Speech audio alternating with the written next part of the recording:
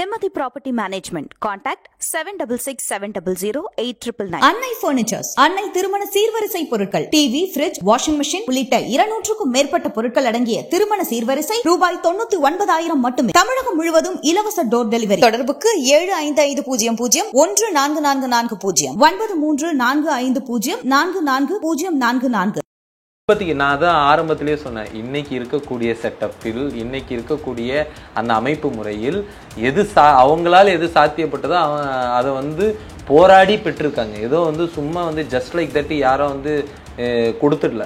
பெரும் போராட்டம், அருந்ததிய மக்கள் பெரிய தியாகம் பண்ணியிருக்காங்க இந்த உரிமையை மீட்டெடுக்கிறதுக்காக. சாதாரணமாலாம் இந்த போராட்டம் வந்து இந்த உரிமையை வந்து கிடைச்சிடலை, அதிகரிச்சிருக்கு. எப்படி நான் சொல்றேன்னா, இன்னைக்கு வந்து அருந்ததியர்கள் மக்கள் வந்து உள்ளொதுக்கீடுக்கு பின் அந்த படித்து வரக்கூடியவங்க எல்லாரும் வந்து இன்றைக்கி அரசியல் பேச ஆரம்பிச்சிருக்கிறாங்க. பிஹெச்டி ஸ்காலர்ஸ் வராங்க, சாதியை பற்றி ஆய்வு பண்ணுறாங்க, இங்கே இருக்கக்கூடிய அரசியலில் நமக்கான பின்னடைவுகளை பார்க்குறாங்க, வழக்கறிஞர்களாக வராங்க, மருத்துவர்களாக வராங்க. இது எல்லாம் வந்து சமூகத்தை எம்பவர் பண்ணுது சார். ஒட்டுமொத்தமாக அவங்க ஒன்றும் அருந்ததிகள் மேலே இருந்த பிறகு அருந்ததிகளுக்கு மட்டுமா வேலை செய்கிறாங்க.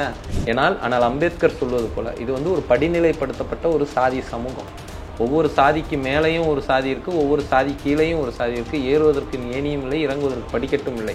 சரிங்களா? அப்படி இருக்கும்போது அது அட்டவணை சாதிக்கும் பொருந்தும், பிற்படுத்தப்பட்ட சாதிக்கும் பொருந்தும், மிகவும் பிற்படுத்தப்பட்ட சாதிக்கும் பொருந்தும், பார்ப்பனர்களுக்கும் பொருந்தும். அவர் கற்றையாளரோட நோக்கமே அது இல்லை. கற்றையாளரோட குமுறலே வந்து தான் ஏழையாக இருப்பதால் நான் பிஹெச்டி படித்து விட்டு மலம் அழுகிறேன் என்பதல்ல. தான் இந்த சமூகத்தில் பிறந்ததாலேயே தான் மலமல்ல வைக்கப்படுகிறேன், நிர்பந்திக்கப்படுகிறேன். அப்போ இதெல்லாம் பேச மாட்டேங்கிறீங்க. மலமல்லும் தொழிலாளர்களுக்காக நீங்கள் என்ன பண்ணி கிழிச்சிங்க? இப்படியே கேட்குறேன், என்ன பண்ணீங்க? உச்சநீதிமன்றம் என்ன பண்ணுச்சு? இன்னைக்கு மேனுவல் ஸ்கேவெஞ்சிங்கால செத்துக்கிட்டு இருக்கானே தமிழ்நாடு, அதில் முன்னிலையில் இருக்குது. சில பஞ்ச் டைலாக் மட்டும்தான் விடுறாங்க. இன்னைய வரைக்கும் சுப்ரீம் கோர்ட் வந்து சுயூமோட்டோ, எந்த கோர்ட்டுமே சுயூமோட்டோவா கேஸ் எடுக்கல சார். மேனுவல் ஸ்கேவெஞ்சிங் டெத்து நடக்குது. இத்தனை பேருக்கு வந்து அட்ராசிட்டி அனுபவிச்சவங்க பல பேருக்கு வந்து நிதி கிடைக்காம இருக்குது. ஏன் வந்து நீ 960 கோடி எனக்கு பணம் என்னால் செலவு பண்ண முடியலன்னு ஏன் திருப்பி அனுப்பிச்சேன்னு அதை கேளுங்க. ஏன் ஒன்றிய அரசு ப்ராப்பராக நீ ஏன் செலவு பண்ணலன்னு கேளுங்க. சப்ளானை நீ ஏன்டா வந்து தூக்குனன்னு கேளுங்க. ஏழை தலித்துகளுக்காக வருத்தப்படுறீங்களா? ஏழை தலித்துகள் இன்னும் பட்டா வாங்காமல் இருக்கிறோம்ல, அதை பற்றி பேசணும்ல உச்சநீதிமன்றம். ஏழை தலித்துகளுக்கு இன்னும் டிப்ரெஸ்டு கிளாஸ் லேண்டு கிடைக்கல, டிசி லேண்டு, அதை பற்றி பேசணும்ல. மானிய நிலங்கள்லாம் வந்து வகை மாற்றம் செய்யப்பட்டிருக்குல்ல சார். மொத்தம் 100க்கும் மேற்பட்ட மானிய நிலங்கள் இருக்குது. அதில் 4 வகை மானியங்கள் தவிர மற்ற எல்லா மானியங்களும் ஒழிக்கப்பட்டுருச்சு. அந்த 4 வகை மானியங்களும் எஸ்சி/எஸ்டி கொடுக்கப்பட்ட மானியங்கள். ஓகே, சரிங்களா? வெட்டியா மானியம், தோட்டி மானியம், பறைய மானியம், சக்லி, இப்படி சில மானியங்கள் இருக்குது. சரிங்களா? இந்த 4 மானியங்கள் வகை மாற்றம் செய்யப்பட்டிருக்கு. அதை பற்றி இருந்தீங்கன்னா கோர்ட்டு கவலைப்பட்டுச்சா? அதெல்லாம் ஏழை தலித்துகள் தானே. யார் சார் மானிய நிலம் வாங்குவா? டேக்ஸ் கட்டுற தலித்தா வாங்குவாங்க? இல்லை. இன்னொன்று, 100% தலித்தில் 1% தலித் தான் சார் மாத சம்பளமே வாங்குறான், உறுதி செய்யப்பட்ட மாத சம்பளம். நீங்கள் பழனியில் போய் பார்த்தீங்கன்னா பாத்திரம் கழுவாங்க ஒரு பார்ப்பனர், அவங்க பேர் மங்குனி பார்ப்பனர்கள் நினைக்கிறேன். இந்த ஈமச்சடங்கு செய்வாங்க, அவங்க பேர் சவுண்டி பார்ப்பனர்னு நினைக்கிறேன். இவங்களை பற்றி நீங்கள் வந்து இவங்களை வச்சு ஜென்டில்மேன் படம் எடுப்பீங்க. ஆனால் அதிகாரத்தை யார் அனுபவிப்பீங்க? ஐயங்காரும், வடகலை ஐயங்காரும், தென்கலை ஐயங்காரும், ஐயரும் தான் அனுபவிக்கிறீங்க. இவங்களை வச்சுட்டு மேடைகளில் பேசுறீங்க, இவங்களை வச்சுட்டு எழுதுறீங்க. ஏழைகள் இருக்கிறாங்க, ஏழைகள் இவங்களை வச்சு பேசி இடபிள்யூஎஸ்னு ஒன்று கொண்டு வந்தீங்க. அந்த இடபிள்யூஎஸ்ல அவன் என்ன 8 லட்சமா சம்பாதிக்கிறான்? அப்போ இதெல்லாம் கேட்கணும்ல. இதெல்லாம் வந்து எவனை கேட்கறதுக்கு யாருமே இல்லைன்றதுக்காக நீங்கள் சொல்றதெல்லாம் நியாயமாயிடாது, நீங்கள் சொல்றதெல்லாம் சட்டமும் ஆயிடாது.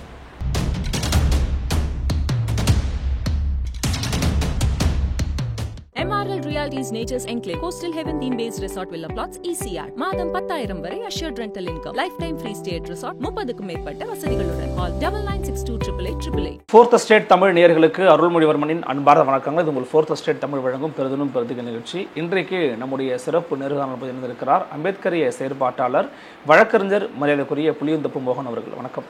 வணக்கம். எப்படி இருக்கீங்க தோழர்? மிக்க மகிழ்ச்சி. சமீபத்தில் உச்சநீதிமன்றம் அளித்த ஒரு தீர்ப்பு, அது வந்து இந்திய அளவில், தமிழ்நாட்டு அளவில் கூட இன்னுமே வந்து ஒரு பேசு பொருளாக தான் இருந்துகிட்டு இருக்கு, ஒரு விவாதத்துக்கே இருந்துகிட்டு இருக்கு. காரணம் என்ன அப்படின்னா, என்ன தீர்ப்பு அப்படிங்கிறத பார்த்துருப்பீங்க.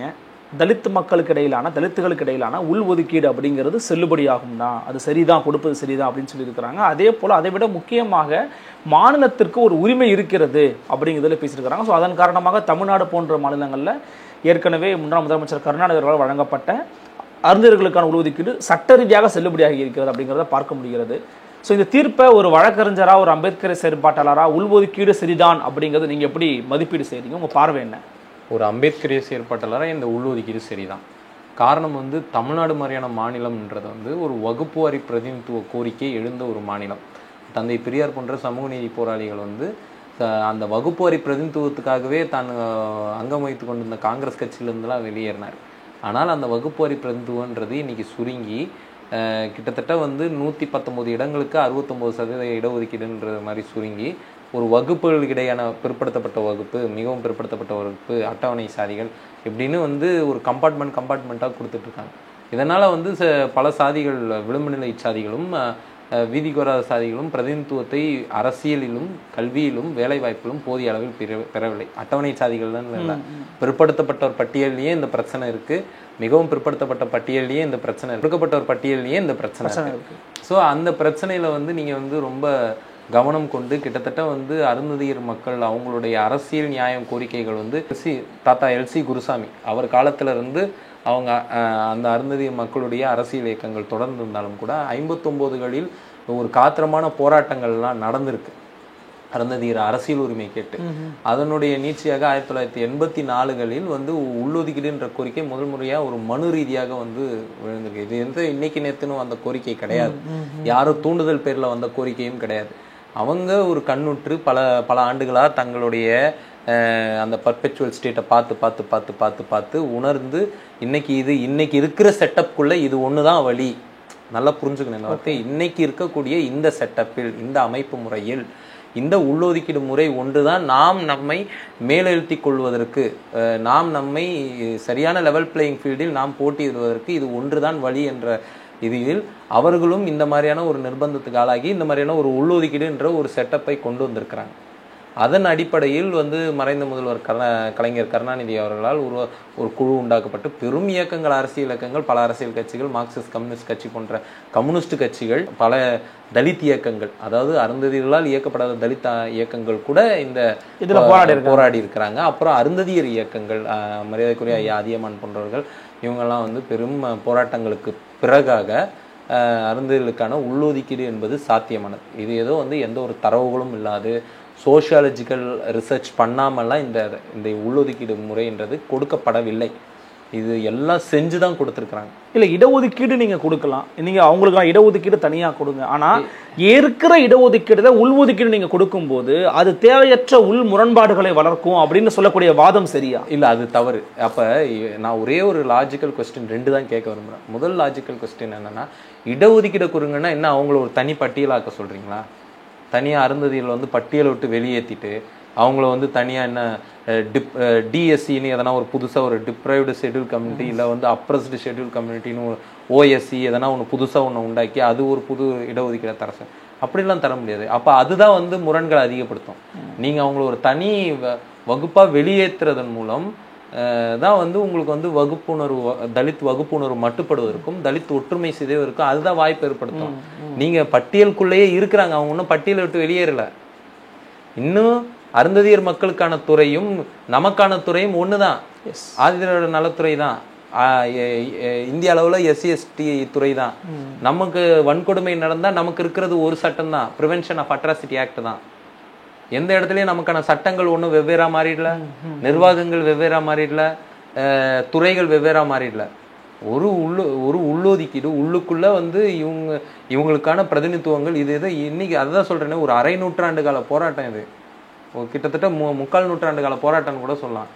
ஏன் எல்சி குருசாமி, தாத்தா எல்சி குருசாமி காலத்தை எடுத்தீங்கன்னா 100 ஆண்டு கால போராட்டம். அவங்க பிரதிநிதித்துவத்தை கேட்டுட்டு இருக்குது. அப்ப அதை வந்து இது வந்து முரண்களை அதிகப்படுத்தினா இது முதல் லாஜிக்கு. அப்ப அவங்கள தனியா போட்டுனா அதுதான் முரணை அதிகப்படுத்தும், கூர்மைப்படுத்தும். இப்ப தேவேந்திர குல வேளாளர்கள் நாங்க பட்டியலை விட்டு வெளியே போறோன்றாங்க, அதுதான் கூர்மையை அதிகப்படுத்தும், அது தலித் வகுப்புணர்வை கெடுக்கும். அது அவங்களுக்கு இப்ப தேவேந்திர குல வேளாளர் மக்களும் அரசியல் படுகொலைக்கு ஆளாக்கப்பட்டு கொண்டிருக்கிறார்கள், சாதிய படுகொலைக்கு ஆளாக்கப்பட்டு கொண்டிருக்கிறார்கள். அவர்களுக்கு எந்த பட்டியலில் இருப்பதால் தானே வந்து அந்த வகுப்புணர்வோடு பறையர்களும் போராடுறாங்க, ஆதிதிராவிட மக்களும் போராடுறாங்க, அருந்ததியர் மக்களும் போராடுறாங்க. நீ பட்டியலை விட்டு வெளியே போட்டுட்டேன்னா உனக்காக வந்து வன்னியர் போராடுவாங்களா, நாடார் போராடுவாங்களா, தேவர்கள் போராடுவாங்களா, முதலியார்கள் போராடுவாங்களா, கவுண்டர்கள் போராடுவாங்களா? மாட்டாங்கல்ல.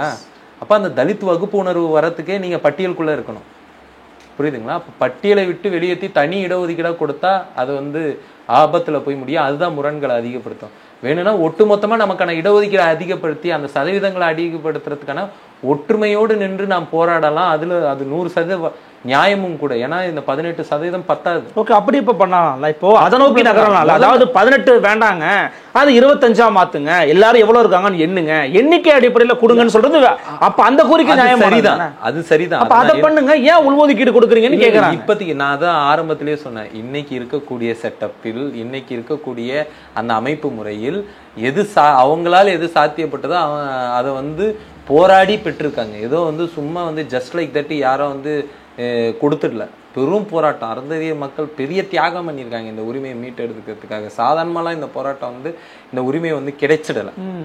ரொம்ப பெரும் போராட்டத்துக்கு பிறகுதான் இந்த உரிமை, இந்த உள்ஒதுக்கீட்டால பலன்கள் கிடைத்திருக்கிறதுன்னு சொல்றீங்க. நல்லா கிடைச்சு. நீங்க வந்து இந்த இடஒதுக்கீடுக்கு முன் இடஒதுக்கீடுக்கு பின்னு ரெண்டா பிரிச்சிங்கன்னா, இடஒதுக்கீடுக்கு முன் அருந்ததியர் மக்களின் பொருளாதாரத்தில், கல்வியில், வேலை வாய்ப்பில், அரசு துறைகளில், அரசியல் இயக்கங்கள் கூட நீங்க வந்து அவங்களுக்கு இருந்த பிரதிநிதித்துவம் என்ன, இந்த இடஒதுக்கீடுக்கு பிறகு அவங்களுக்கு இருந்த பிரதிநிதித்துவம் என்ன சார்? அட்ராசிட்டி ஆக்டை வந்து பதிவு பண்றதுல கூட அவங்க கிட்ட விழிப்புணர்வு வந்தது வந்து இதுக்கு பிறகுன்னு கூட சொல்லலாம். காரணம் வந்து நீங்க விஜிலண்டா யார் சார் கேள்வி கேப்பா? தனக்கு வந்து உறுதி செய்யப்பட்ட ஒரு வருமானம் இருக்கணும். ஆமா, சரிங்களா? நீங்க ஒரு ஒரு ஒரு ஷாக்கிங்கான டேட்டா ரிப்போர்ட் இருக்கு. நேற்று கூட மதுர் சத்யா அவரோட பேட்டியில சொல்லியிருந்தாரு. அது என்னன்னா, 1% கீழானதான் உறுதி செய்யப்பட்ட மாத வருமானம் பெறாங்க அட்டவணை சாதிகள்ல. மாசம் எனக்கு சம்பளம் கிடைக்குன்றது அட்டவணை சாதிகளை 100 நீங்க கணக்கட்டிங்கன்னா அதுல 1% ஷெட்யூல் காஸ்ட் மக்கள் தான் மாதமான ஊதியம் பெறாங்க. ஓகே, சரிங்களா? அப்ப நீங்க அந்த நிலையில இருக்கிற அந்த 1% தான் வந்து இந்த அட்ராசிட்டி ஆக்ட் இதெல்லாம் போடுறதெல்லாம் அவங்க தான் வந்து விழிப்புணர்வோடு வழக்கு நடத்துறது. ஏன்னா வழக்கு நடத்தணும்னா பணம் வேணும் சார். நீங்க இந்த லீகல் செட்டப்ல வந்து நீங்க வந்து வழக்கு சாதாரணமாலாம் நடத்த முடியாது. அப்ப நீங்க எல்லாத்துக்கும் பணம், பொருளாதார பின்புலம் கண்டிப்பா தேவை. அந்த எக்கனாமிக் எம்பவர்மெண்ட் கூட உங்களுக்கு வந்து ஒரு உறுதியான வேலை வாய்ப்பு வேணும், கல்வி வேணும். அப்ப இது கிடைச்சதான் அவங்களுக்கு எதிரான வன்கொடுமைகளே அவங்க சண்டை போட முடியும். நாம் எல்லாம் ஒன்று சேர்ந்து ஒரு அரசியல் இயக்கமாக உருவு பெறுவதற்கு கூட அருந்ததியருக்கு உள்ளொதுக்கீடு அவசிய தேவை. அந்த இடத்துல இருந்து பார்க்கும்பொழுது இது முரண்களை அதிகரிக்காது, மாறாக நமது பலத்தை அதிகரிச்சிருக்கு. எப்படி நான் சொல்றேன்னா, இன்னைக்கு வந்து அருந்ததியர்கள் மக்கள் வந்து உள்ளொதுக்கீடுக்கு பின் அந்த படிச்சு வரக்கூடியவங்க எல்லாரும் வந்து இன்னைக்கு அரசியல் பேச ஆரம்பிச்சிருக்கிறாங்க. PhD ஸ்காலர்ஸ் வராங்க, சாதியை பத்தி ஆய்வு பண்றாங்க, இங்க இருக்கக்கூடிய அரசியல்ல நமக்கான பின்னடைவுகளை பாக்குறாங்க, வழக்கறிஞர்களா வராங்க, மருத்துவர்களா வராங்க. இது எல்லாம் வந்து சமூகத்தை எம்பவர் பண்ணுது சார். ஒட்டுமொத்தமா அவங்க ஒன்றும் அருந்ததியர்கள் மேல இருந்த பிறகு அருந்ததியர்களுக்கு மட்டுமா வேலை செய்யறாங்க? நீங்களே ஷெட்யூல் காஸ்டா வாங்க, அந்த ஒரு தலித் வகுப்புணர்வு அங்க ஒர்க் அவுட் ஆகுது இல்ல? அப்ப அந்த இடத்துல இருந்து அது ஒட்டுமொத்தமான சமூகத்துக்கு இது ஆகுது. நாம வந்து வெறுமனே வந்து 2 சாதிகள் மட்டும் வந்து மேலறது வளர்ச்சி அல்ல. ஒட்டுமொத்த அட்டவணையில் இருக்கக்கூடிய அத்தனை சாதிகளும் பரவலாக்கப்பட்டு அவர்கள் வந்து வளர்ச்சி பெறும் பொழுது, ஒரு பரவலான வளர்ச்சி கிடைக்கும் போது அது ஒரு கலெக்டிவான, மேற்கு மண்டலங்களும் கூட சாதி எதிர்ப்பு போராட்டம் வரணும்னா இந்த உள்ளொதுக்கீடு அவசியம்ன்ற. ஓகே, மேற்கு மண்டலங்களில் வெள்ளாளர் கவுண்டர்களை எதிர்த்து அவர்கள் வந்து சாதிய முரண்களை களைய வேண்டும் என்றால் இந்த உள்ளொதுக்கீடு அவசியம். எதிர்த்துனா ஏதோ சண்டை போட சொல்லலை நான். ஏன்னா அவங்க வந்து ரொம்ப நேரடியாக அவங்க அந்த சாதியினால தான் வந்து அதிக வன்கொடுமைகளை அனுபவிக்கிறாங்க, ஒரு 2-3 சாதியினால. அப்போ அவங்க வந்து அங்கே வந்து எப்படி களமாட முடியும்? கல்வி இல்லாமல், வேலை வாய்ப்பு இல்லாமல் எப்படி களமாட முடியும்? அப்போ அவங்களால வந்து ஒட்டுமொத்தமாக ஷெட்யூல் கேஸ்ட் ரிசர்வேஷன் சொன்னால் அவங்களால ஃபைட் பண்ண முடியலன்றாங்க. அது உண்மை, அது நிதர்சனம். நீங்கள் வந்து அதுதானே டேட்டா சொல்லுச்சு.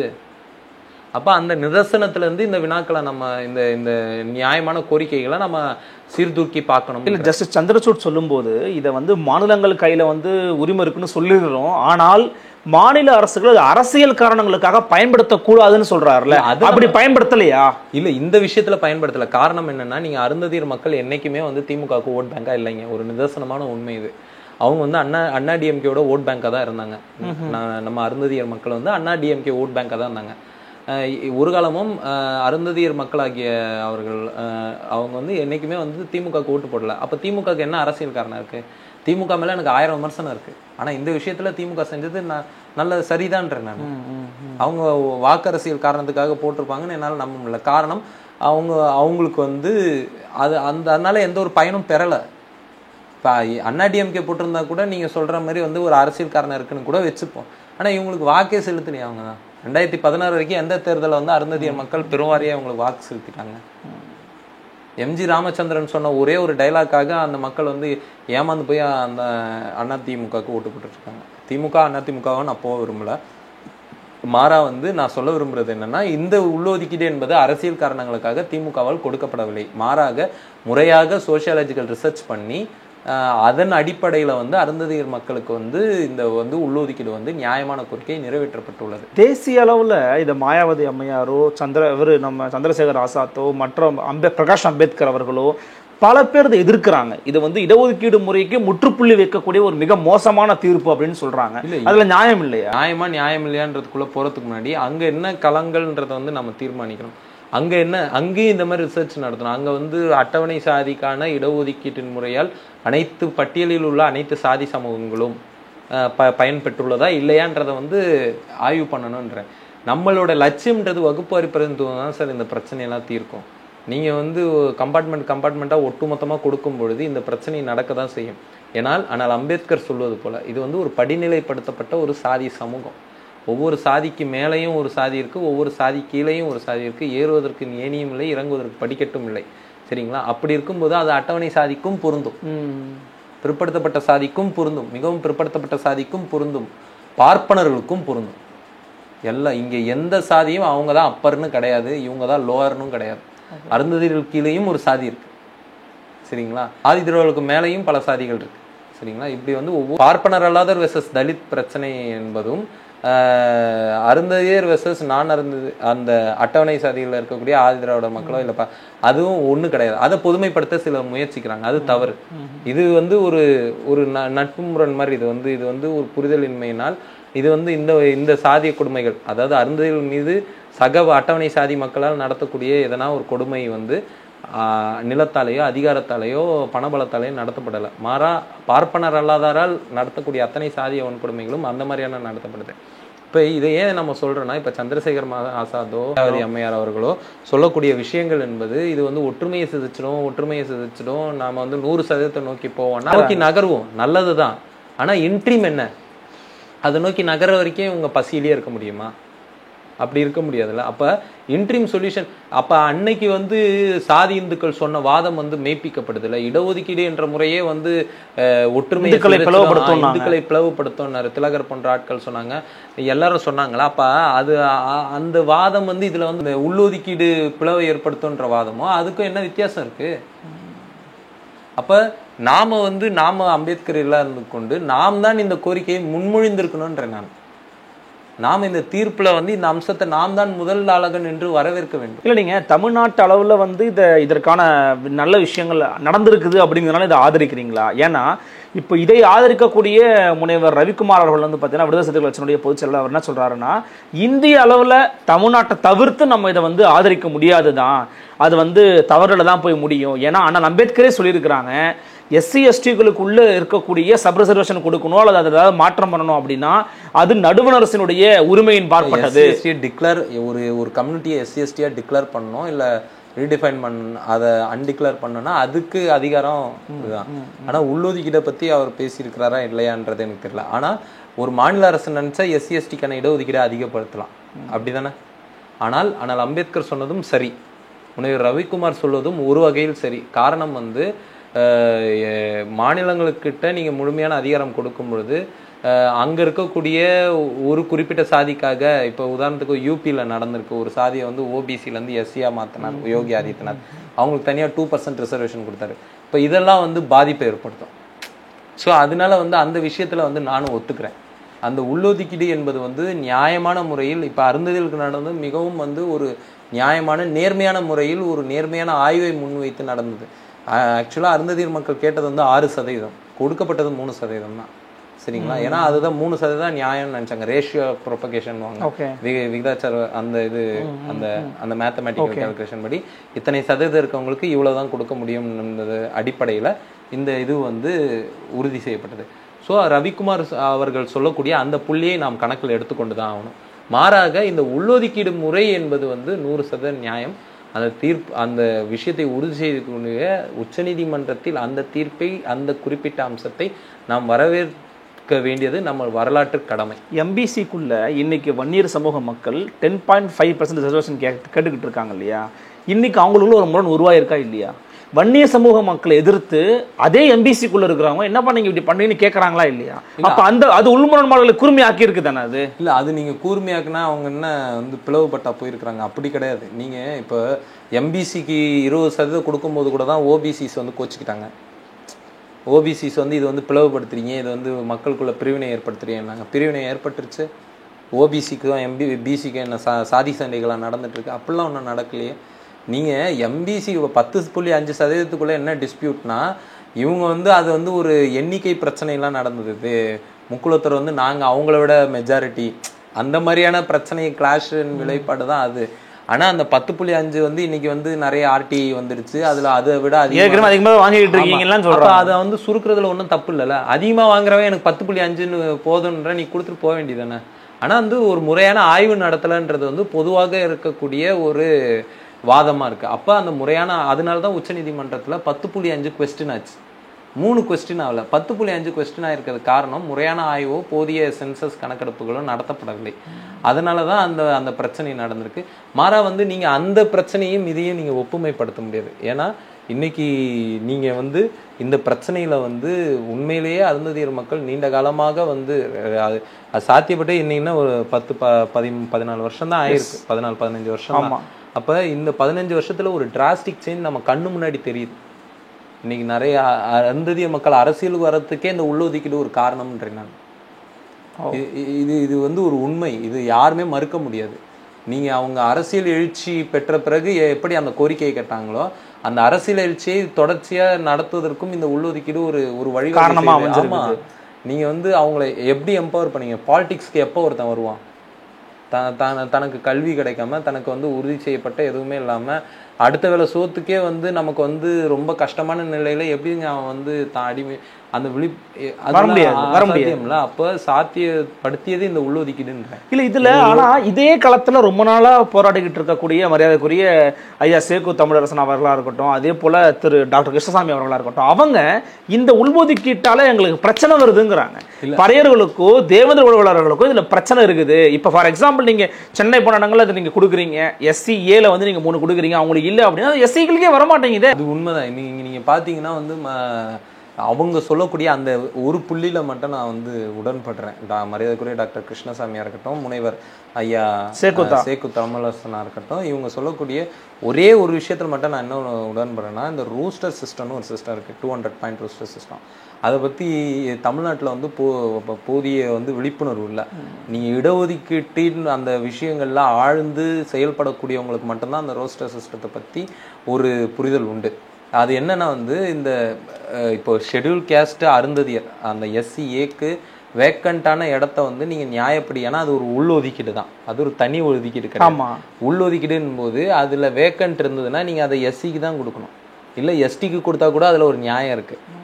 ஆனால் இதை கொண்டு போய் என்ன பண்ணுறாங்கன்னா ஜென்ரல் கோட்டாவில் போட்டுறாங்க, பொது பிரிவில் போட்டுறாங்க. பொது பிரிவில் ஏதோ ஒரு வேற ஒரு உயர் சாதியினர் வந்துடுவாங்க. அதுக்கப்புறம் அங்கேயும் ஃபில்அப் பண்ணலன்னா பிசி, அங்கேயும் ஃபில்அப் பண்ண முடியலன்னா MBC, அங்கேயும் ஃபில்அப் பண்ண முடியலன்னா தான் SC. அப்போ இதனால வந்து ஒரு பின்னடைவு ஏற்படுதான்னு கேட்டால் ஏற்படுது தான். இது வந்து நம்ம உண்மையை ஒத்துக்கிட்டு தான் ஆகணும். இதுதான் நம்ம ஒற்றுமை ஆகிற இடம் நான் சொல்றேன். இதை நீங்க சொல்ற மாதிரி பாத்தீங்கன்னா கடந்த 15 ஆண்டுகளாக SCA வந்து முன்னேறி இருக்கிறாங்க. அதுல ஒரு ஓரளவுக்கு அவங்களுக்கு வந்து பலன் கிடைச்சிருக்குன்னா, இப்ப மற்ற இடங்கள்ல எத்தனை SCக்களுக்குள்ள ஒரு பறையர்களோ தேவர்களோ பாதிக்கப்பட்டிருப்பாங்க. அப்ப அந்த பாதிப்பை பத்தி அவங்க பேசலாம் செய்வாங்க. அது பேசலான்ற நான் அது பேசலாம், அது பேசும் பொருளாக்குனா அதுக்கு ஆதரவான இயக்கங்கள் நடத்தணும். இது ஒரு வகையில அருந்ததியர் மக்களுக்கு கூட வந்து இது பயன் தரன்றேன். ஏன்னா அவங்களோட ஸ்கோப்பை இதை அதிகப்படுத்தும். எப்படி அதிகப்படுத்தும் சொல்றேன்னு பாருங்க. இப்ப வட தமிழ்நாடுகள்ல வந்து இப்ப அருந்ததியர் வேக்கண்ட்ல வந்து அவங்க பயன்பெறாங்கன்னு வச்சுக்கோங்களேன்.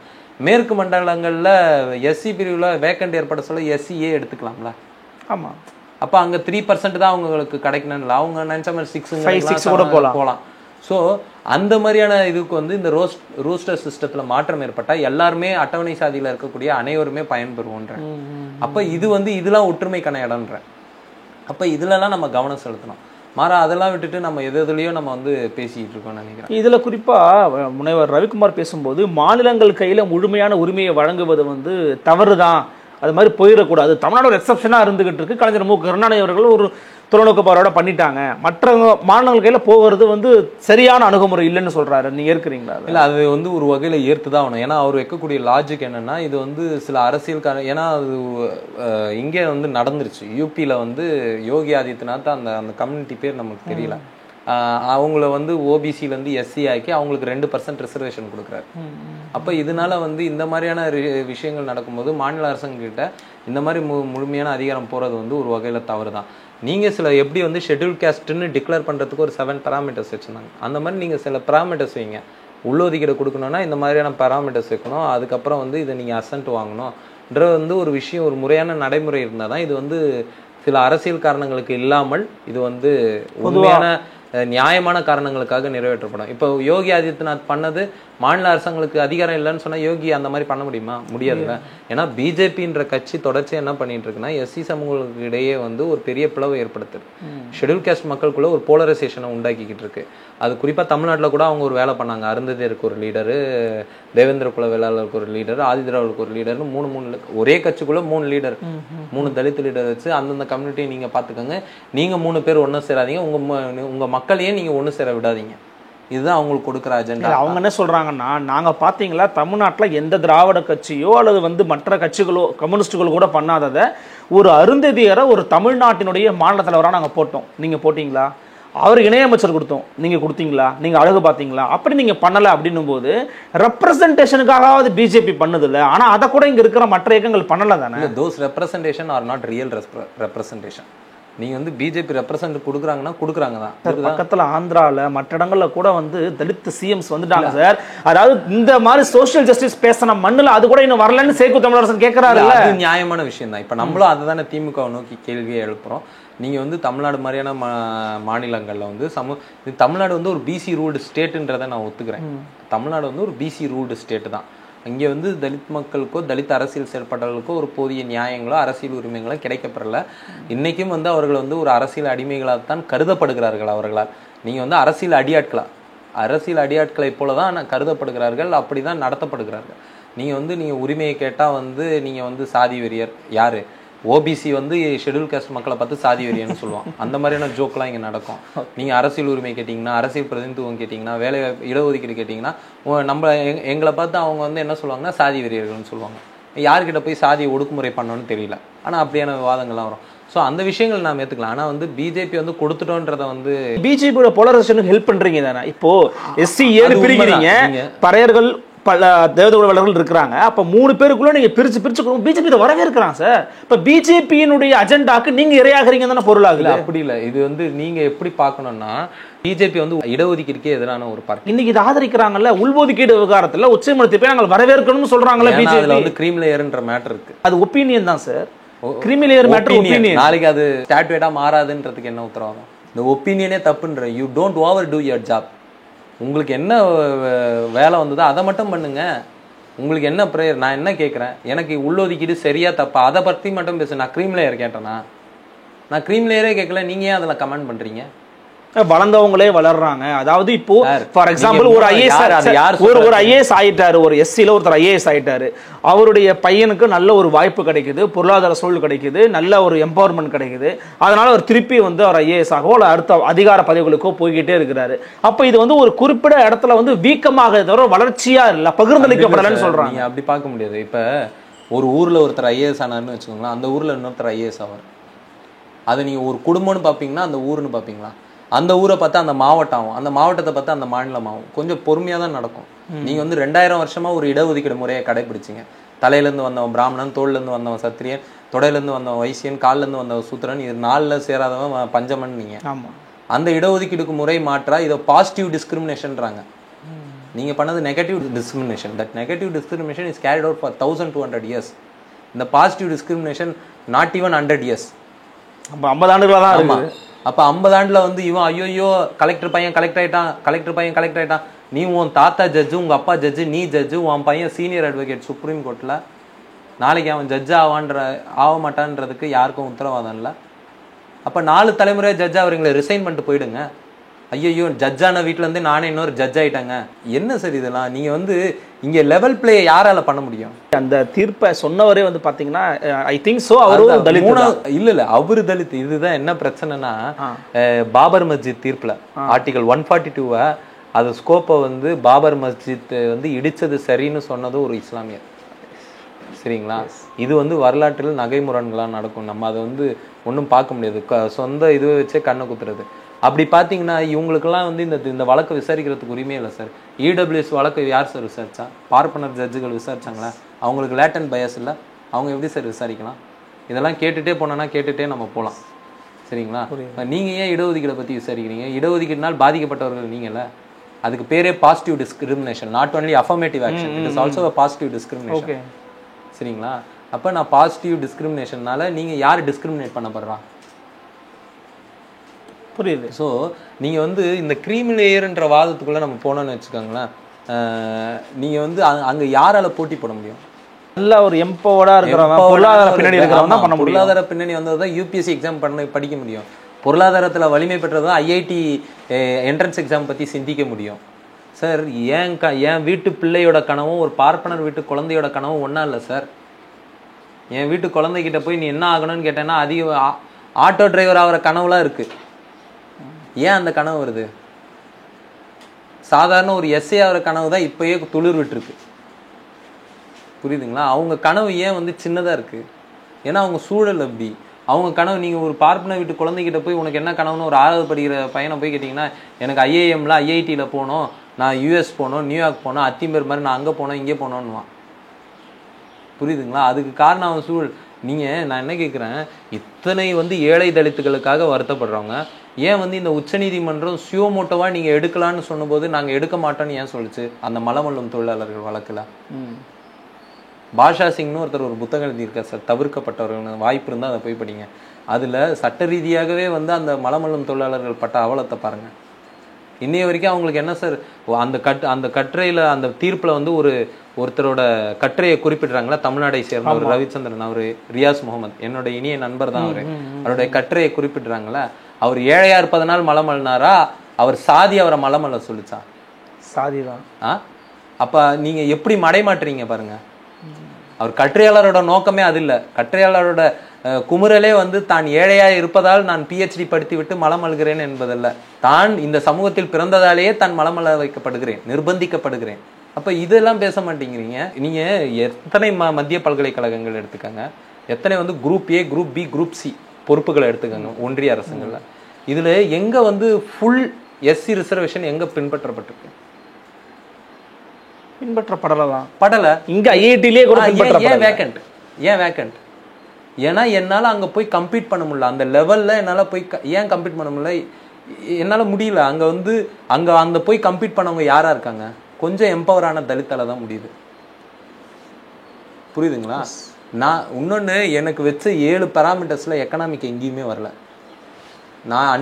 நான் வந்து ஷெட்யூல்குள்ள வரதுக்கு எனக்கு வந்து வச்ச பேராமீட்டர்ஸ்ல எங்கேயுமே எக்கனாமிக் வரல. இன்னொன்னு, கான்ஸ்டியூஷனும் அதை சொல்லலை. இதே உச்ச நீதிமன்றம் Indira Sawani versus union of இந்தியால வந்து ஆர்டிகல் 16ல வந்து நீங்க வந்து எக்கனாமிக்க பேராமீட்டரா வைக்கக்கூடாதுன்னு சொல்லியிருக்காங்க.